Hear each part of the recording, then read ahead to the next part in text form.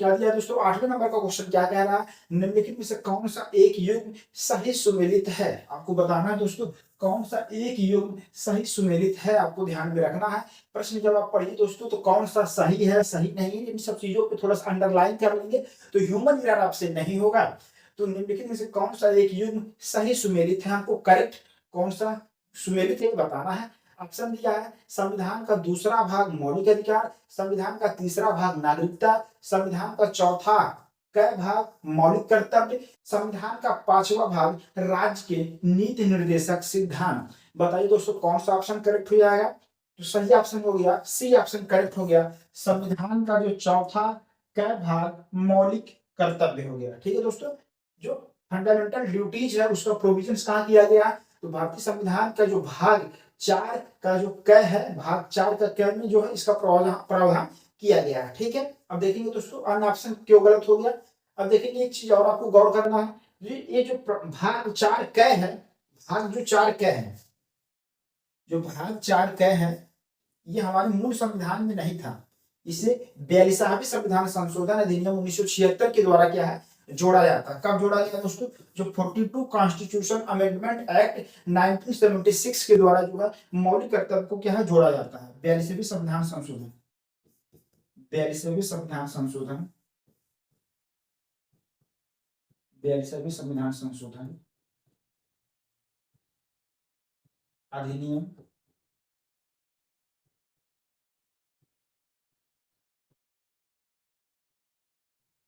1976, तो 42वें संविधान संशोधन अधिनियम जो है 1976 के द्वारा एक नया भाग 4 क जोड़ा जाता है, और साथ ही जो एक नया अनुच्छेद 51 क जोड़ा जाता है। एक नया अनुच्छेद की अगर बात करें दोस्तों तो 51 क अनुच्छेद की बात करें तो एक नया अनुच्छेद हो गया 51 क जोड़ा जाता है, जिसके द्वारा जो है प्रावधान किया गया है फंडामेंटल ड्यूटीज का प्रावधान किया जाता है। और जब यह प्रावधान लाया गया तो 10 मौलिक कर्तव्य थे, फिर एक जो 11वें नंबर का मौलिक कर्तव्य उसको 86वें संविधान संशोधन अधिनियम 2002 के द्वारा जोड़ा जाता है। जो देखेंगे तो भाग 4 के 42वें संविधान संशोधन अधिनियम 1976 के द्वारा एक नया भाग जोड़ा गया भाग 4 के, और एक नया अनुच्छेद 51 क जोड़ा जाता है, और इसके माध्यम से 10 मौलिक कर्तव्यों का प्रावधान किया जाता है। फिर 11वें नंबर का जो मौलिक कर्तव्य है उसे 86वें संविधान संशोधन अधिनियम 2002 के द्वारा जो है जोड़ा जाता है। जो 11वें नंबर का मौलिक कर्तव्य है उसको 86 कॉन्स्टिट्यूशन अमेंडमेंट एक्ट 2002 के माध्यम से जो है जोड़ा जाता है। तो मौलिक कर्तव्य जो दोस्तों 11 नंबर का जो 11 मौलिक कर्तव्य है वो चीज आपको ध्यान में रहना चाहिए दोस्तों। यहाँ पर हम आपको रिवाइज करा देते हैं जल्दी से। जो पहला मौलिक कर्तव्य क्या है बताइए दोस्तों क्या हो जाएगा, तो पहला मौलिक कर्तव्य संविधान का पालन करे और उसके जो आदर्श हैं संस्था राष्ट्रध्वज और राष्ट्रगान का क्या करना है आदर करना है। तो जो पहला मौलिक कर्तव्य क्या है, संविधान का पालन करे, उसके जो आदर्श हैं जो संस्थाएं हैं जो राष्ट्रध्वज है जो राष्ट्रगान है उनका क्या करना आपको आदर करना। दूसरा मौलिक कर्तव्य क्या हो जाएगा बताइए, तो दूसरा मौलिक कर्तव्य स्वतंत्रता के लिए राष्ट्रीय आंदोलन को प्रेरित करने वाले उच्च आदर्शों को क्या हृदय में सजोए रखें। दूसरा मौलिक कर्तव्य है स्वतंत्रता के लिए राष्ट्रीय आंदोलन को प्रेरित करने वाले उच्च आदर्शों को हृदय में सजोए रखें। तीसरा मौलिक कर्तव्य क्या है, तो भारत की प्रभुता एकता अखंडता की रक्षा करे और उसे अक्षुण्ण रखे। तीसरा मौलिक कर्तव्य क्या है, भारत की प्रभुता एकता अखंडता की रक्षा करे और उसे क्या करना है अक्षुण्ण रखें। ठीक है, उसे अक्षुण्ण रखना है।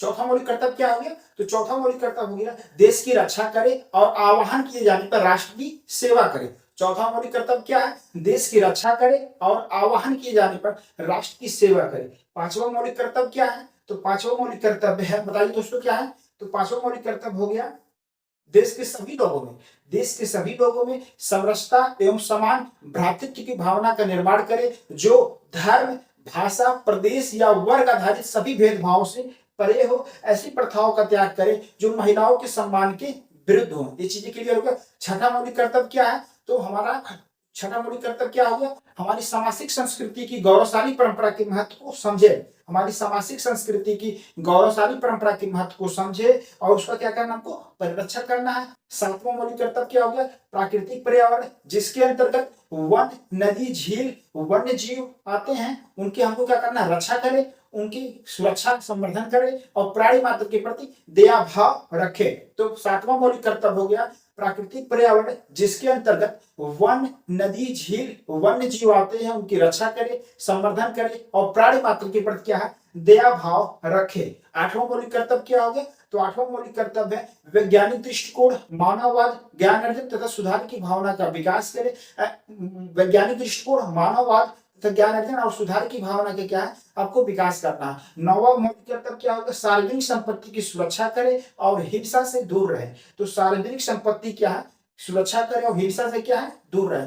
10वां मौलिक कर्तव्य क्या होगा, तो 10वां मौलिक कर्तव्य है व्यक्तिगत एवं सामूहिक गतिविधियों के सभी क्षेत्रों में उत्कर्ष की ओर बढ़ने का प्रयास करे, जिससे राष्ट्र निरंतर बढ़ते हुए प्रयत्न से नई ऊंचाइयों और बुलंदियों को छू सके। 10वां मौलिक कर्तव्य क्या होगा, तो व्यक्तिगत और सामूहिक गतिविधियों के सभी क्षेत्रों में उत्कर्ष की ओर बढ़ने का प्रयास करे, जिससे राष्ट्र निरंतर बढ़ते हुए प्रयत्न से और नई ऊंचाइयों और बुलंदियों को छू सके।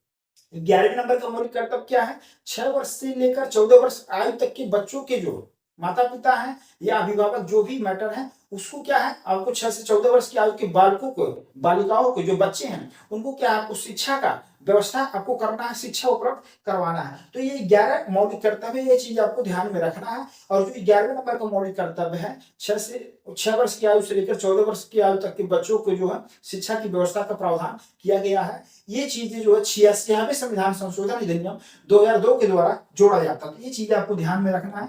86वें संविधान संशोधन, 86वें संविधान संशोधन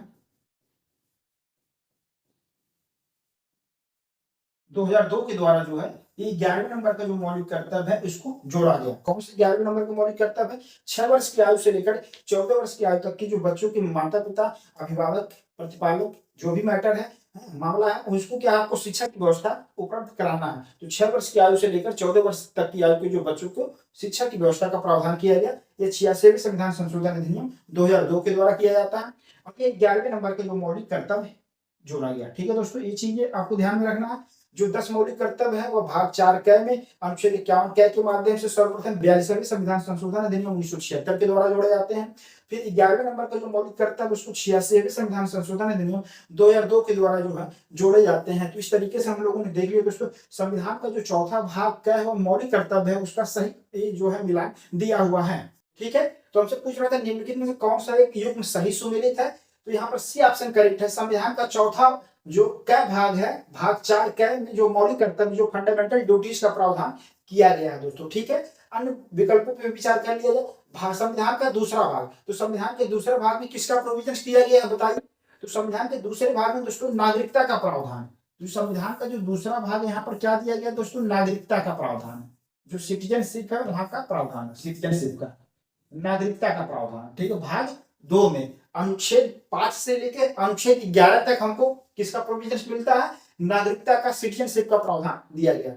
संविधान का जो तीसरा भाग वो किससे रिलेटेड है, तो यह फंडामेंटल राइट से रिलेटेड है। किससे रिलेटेड है, संविधान का जो तीसरा भाग है फंडामेंटल राइट, जो मौलिक अधिकार है उससे रिलेटेड है। मौलिक अधिकार, मौलिक अधिकार। ठीक है दोस्तों, ये चीज आपको ध्यान में रखना है।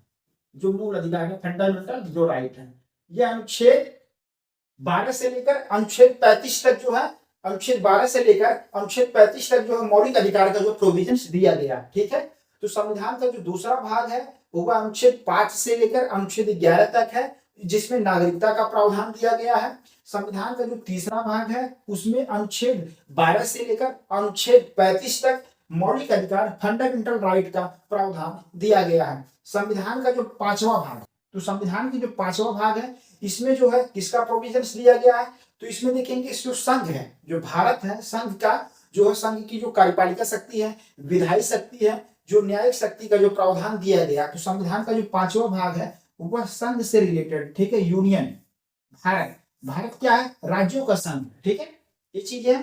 तो संघ का जो प्रोविजन दिया गया, ठीक है, संघ की जो कार्यपालिका शक्ति किसमें निहित है, राष्ट्रपति में निहित होती है। संघ की जो कार्यपालिका शक्ति का व्यवहार में प्रयोग किसके द्वारा किया जाता है, प्रधानमंत्री के द्वारा किया जाता है। ठीक है, हमारे संघ का क्या नाम है, भारत या India. India that is Bharat, union of states. भारतीय संविधान का अनुच्छेद क्या कहता है, अनुच्छेद 1 कहता है कि भारत क्या राज्यों का संघ होगा। ठीक है, ये चीज ध्यान में रखना है। तो भारतीय संघ का जो संघ है उसका नाम क्या, Bharat, India, that is Bharat. ये चीज आपको ध्यान में रखना। तो जो संघ की कार्यपालिका शक्ति है किसमें निहित है, राष्ट्रपति में निहित होती है, और उस कार्यपालिका शक्ति का व्यवहार में प्रयोग प्रधानमंत्री के द्वारा किया जाता है। संघ की कार्यपालिका शक्ति, संघ की विधायी शक्ति बताइए, तो संघ की विधायी शक्ति संसद में निहित है, पार्लियामेंट में निहित है। पार्लियामेंट कंफर्म हो गया आपको चीजें। संघ की जो न्यायिक शक्ति है, न्यायिक शक्ति कहाँ है, उच्चतम न्यायालय जो सुप्रीम कोर्ट में क्या है, निहित है। तो संविधान का जो 5वां भाग उसमें जो संघ है, जो भारत की कार्यपालिका शक्ति, विधायी शक्ति, न्यायिक शक्ति, प्रशासनिक शक्तियों के बारे में जो उल्लेख किया गया है। ये चीजें क्लियर हो गया दोस्तों। अब यहाँ पर देखेंगे राज्य के जो नीति निर्देशक सिद्धांत का उल्लेख कहाँ पर किया गया है, तो राज्य की जो नीति निर्देशक सिद्धांत है इसका उल्लेख कहाँ पर किया गया है, तो यह इसका उल्लेख भाग 4 में किया गया। कहाँ किया गया दोस्तों, भाग 4 में। इसका उल्लेख हमको भाग 4 में किया गया। कहाँ किया गया दोस्तों, तो भाग 4 में किया गया। ठीक है, ये चीज आपको क्लियर होना चाहिए। तो भाग 4 में किया गया। इस भाग 4 को हम दोस्तों रोमन अंक में लिख देते हैं, रोमन अंक में ये आपका भाग 4 हो गया। ठीक है, ये चीजें आपको यहाँ पर कंफ्यूजन नहीं होना दोस्तों। देखिए, तो संविधान का जो दूसरा भाग है उसमें नागरिकता का प्रावधान किया गया है, अनुच्छेद 5 से लेकर अनुच्छेद 11 तक।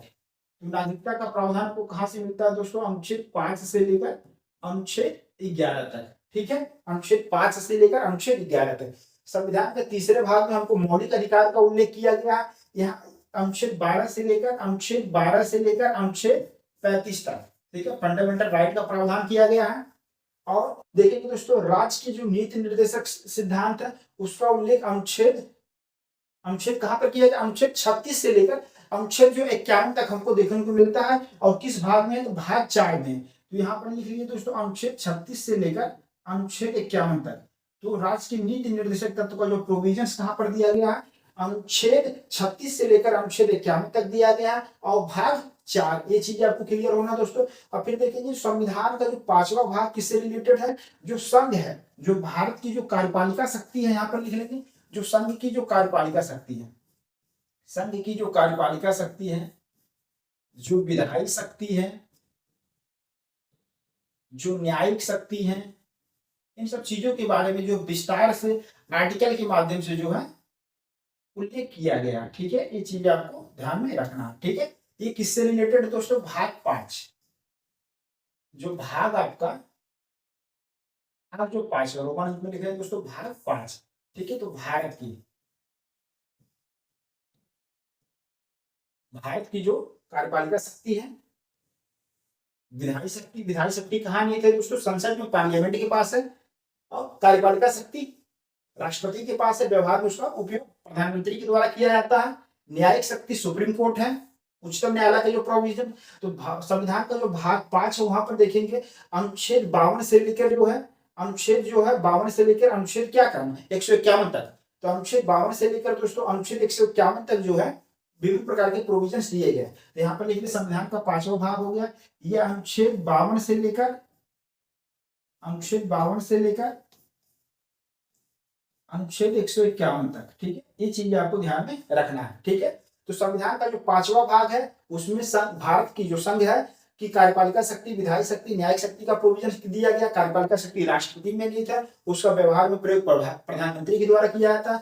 विधायी शक्ति संसद में निहित है, पार्लियामेंट में निहित है। न्यायिक शक्ति जो है उच्चतम न्यायालय में, सुप्रीम कोर्ट में निहित है। ये चीजें है। और यहाँ पर देखेंगे संविधान का जो 5वां भाग है वहाँ अनुच्छेद 52 से लेकर अनुच्छेद 151 तक जो है विभिन्न प्रकार की जो प्रोविजन है उसको जो है अनुच्छेद के माध्यम से स्पष्ट कर दिया गया है दोस्तों। ये चीजें क्लियर हो गया। संविधान का जो चौथा कै भाग मौलिक कर्तव्य का उल्लेख किया गया है, यहाँ पर किया गया भाग 4 कै, अनुच्छेद 51 का कै हो गया। ठीक है, भाग 4A भी बोल सकते हैं इसको, क्या दोस्तों, भाग 4A हो गया। और यहाँ पर आर्टिकल 51A। ठीक है, ये आप इंग्लिश फॉर्म में देख सकते हैं। ठीक, ये चीज ध्यान में रखना है आपको।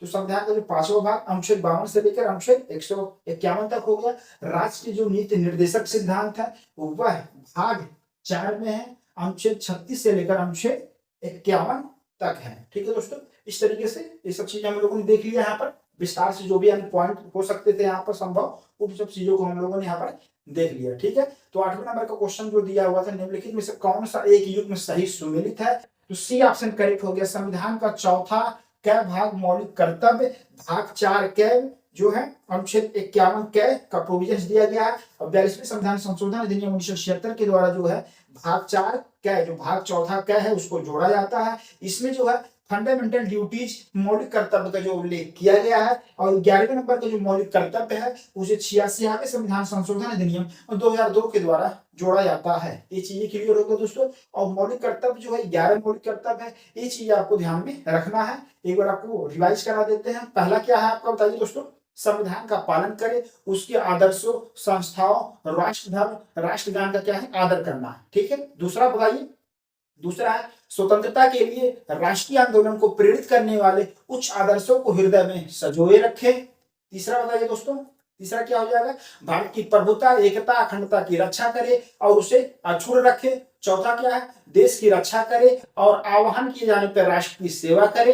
पांचवा मौलिक कर्तव्य क्या है, तो देश के सभी लोगों में समरसता एवं समान भ्रातृत्व की भावना का निर्माण करे, जो धर्म भाषा प्रदेश या वर्ग आधारित सभी भेदभाव से परे हो। ऐसी प्रथाओं का त्याग करे जो महिलाओं के सम्मान के विरुद्ध हो। छठा मौलिक कर्तव्य क्या है दोस्तों बताइए, छठा मौलिक कर्तव्य हमारी सामाजिक संस्कृति के गौरवशाली परंपरा के महत्व को समझे और उसका परिरक्षण करे। सातवां मौलिक कर्तव्य क्या है, प्राकृतिक पर्यावरण जिसके अंतर्गत वन नदी झील वन्य जीव है रक्षा करे संवर्धन करे उसकी सुरक्षा करे और प्राणी मात्र के प्रति दया भाव रखे। आठवां मौलिक कर्तव्य क्या है, तो आठवां मौलिक कर्तव्य है वैज्ञानिक दृष्टिकोण मानववाद ज्ञान अर्जन तथा सुधार की भावना का विकास करे। नवा मौलिक कर्तव्य हो गया देश, नवा मौलिक कर्तव्य क्या है, सार्वजनिक संपत्ति की जो सार्वजनिक संपत्ति की सुरक्षा करे और हिंसा से दूर रहे। 10वां मौलिक कर्तव्य क्या होगा दोस्तों बताइए, 10वें नंबर का मौलिक कर्तव्य क्या होगा, तो 10वें नंबर का मौलिक कर्तव्य है व्यक्तिगत एवं सामूहिक गतिविधियों के सभी क्षेत्रों में उत्कर्ष की ओर बढ़ने का प्रयास करे, जिससे राष्ट्र निरंतर बढ़ते हुए प्रयत्न से नई ऊंचाइयों और बुलंदियों को छू सके। 11वें नंबर का मौलिक कर्तव्य क्या है, जिसे 86वें संविधान संशोधन अधिनियम 2002 के द्वारा जोड़ा गया। तो 11वें नंबर का मौलिक कर्तव्य क्या है, 6 वर्ष की आयु से लेकर 14 वर्ष की आयु तक के बच्चों को जो है शिक्षा की व्यवस्था करने का प्रावधान दिया गया है माता पिता और अभिभावकों के द्वारा। मतलब 6 वर्ष की आयु से लेकर 14 वर्ष की आयु तक के बच्चों को जो है शिक्षा उपलब्ध कराना उनका मतलब अनिवार्य क्या है कर्तव्य है। ये चीज आपको ध्यान में रखना है। तो इस तरीके से दोस्तों हम लोगों ने 8वें नंबर का क्वेश्चन देख लिया।